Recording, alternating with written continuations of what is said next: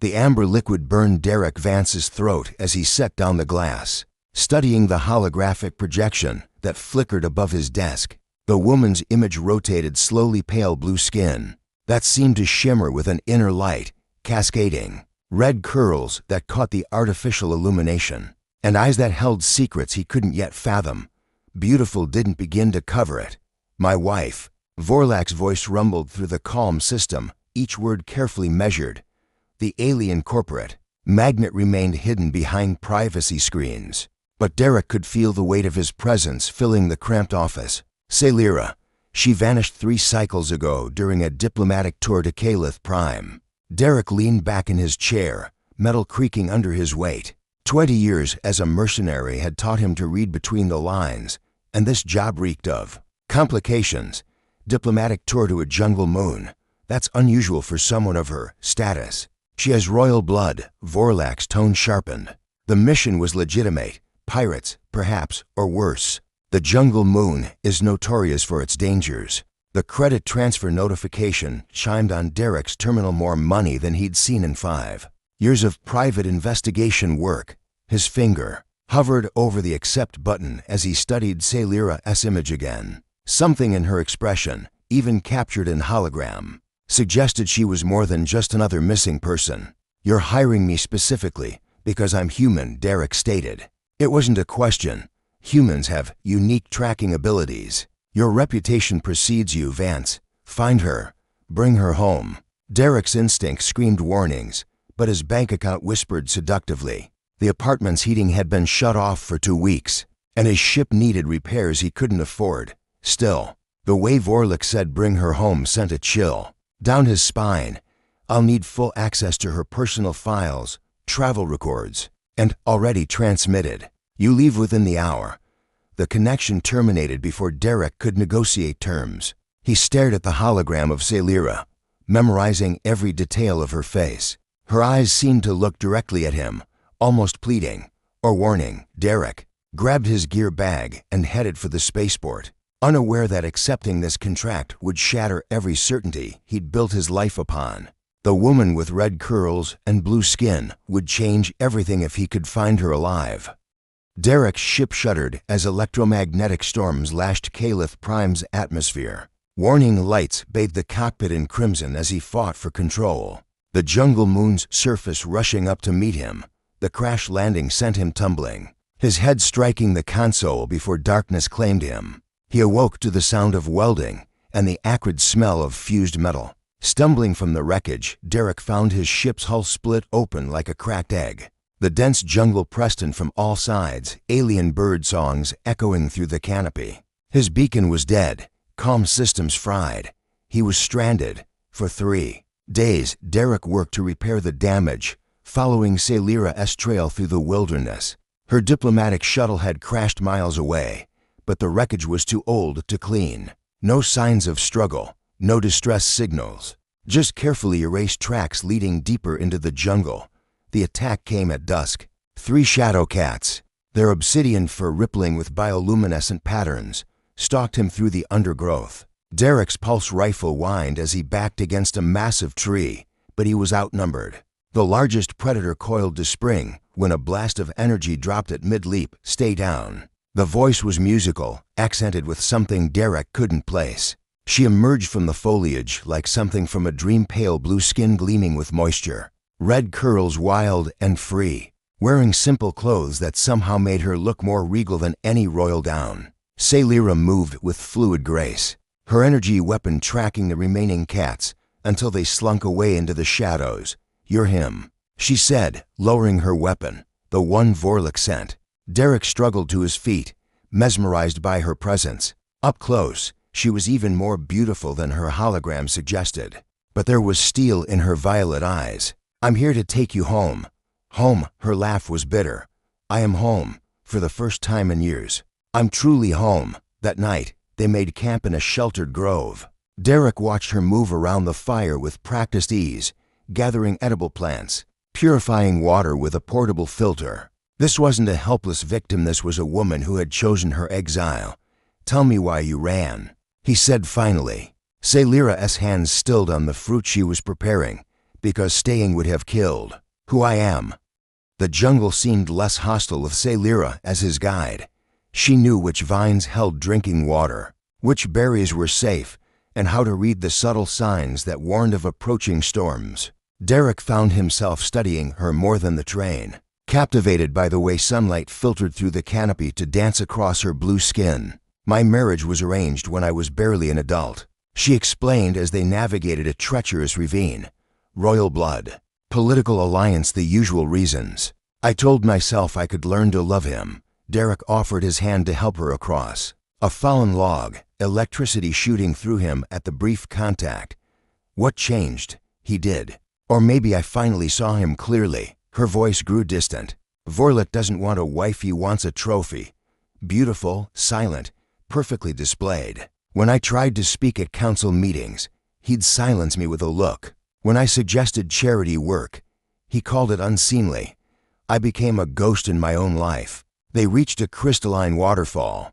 That afternoon, its cascade creating rainbow mists in the humid air. Celira knelt by the pool, cupping the clear water in her hands.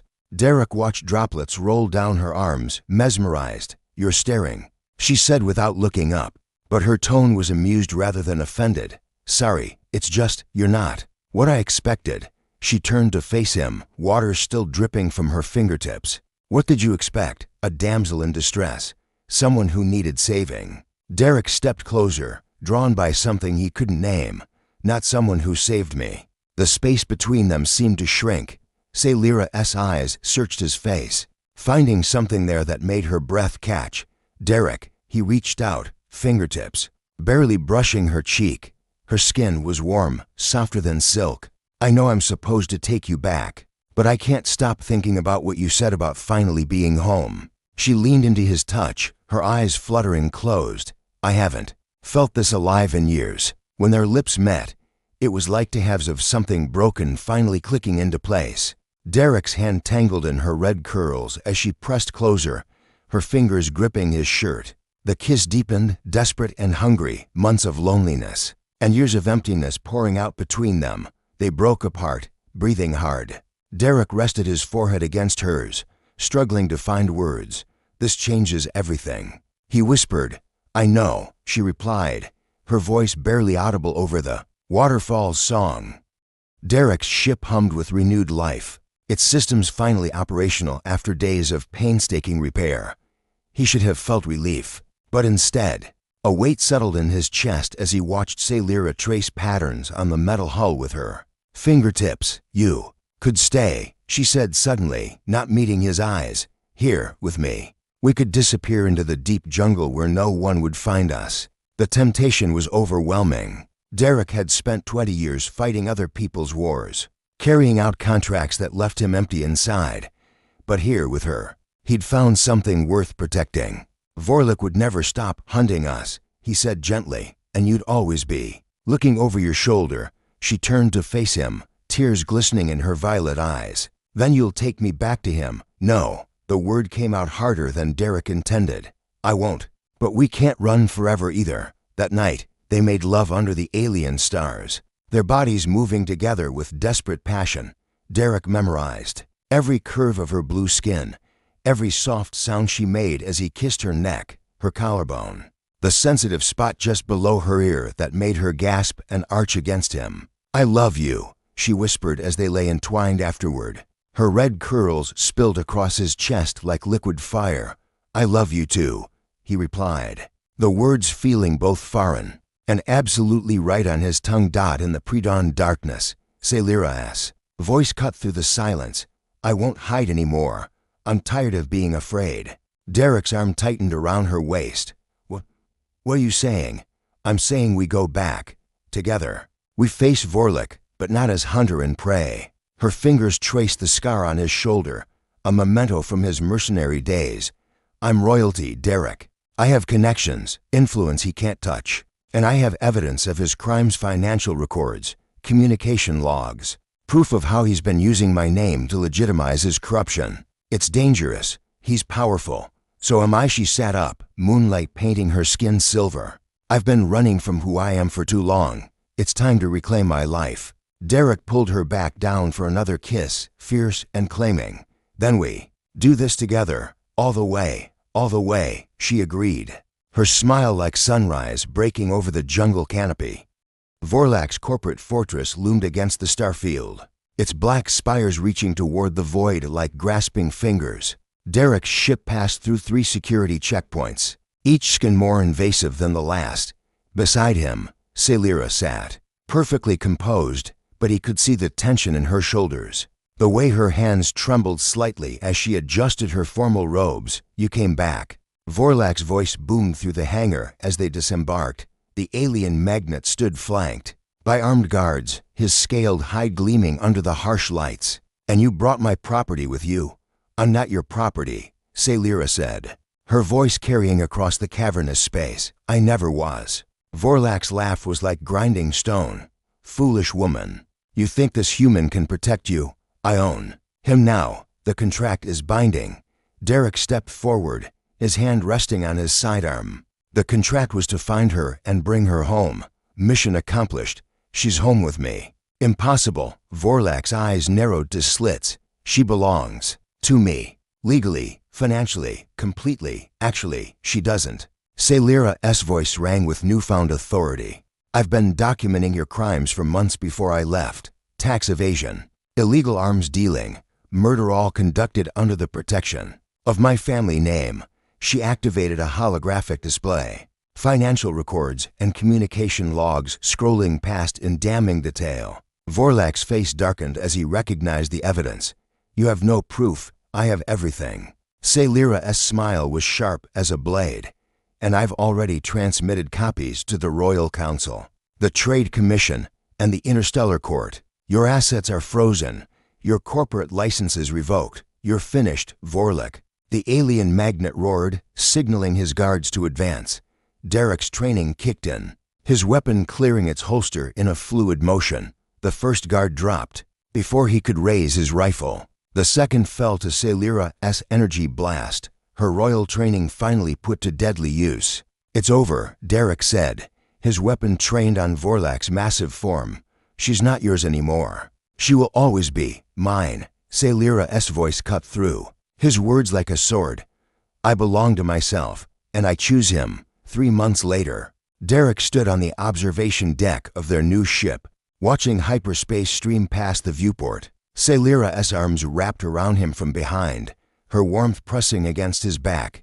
Any regrets? She asked, her breath tickling his ear. Derek turned in her embrace, studying her face, no longer the frightened woman from the hologram, but someone who had reclaimed her power and chosen her own path. Only that it took me so long to find you, she laughed, the sound like music in the sterile corridor. We found each other, that's what matters. Their lips met in a kiss that tasted of freedom and tomorrow. 2 souls who had chosen love over duty, passion over safety. In the vast emptiness of space, they had found home in each other's arms. The galaxy was theirs to explore, hand in hand.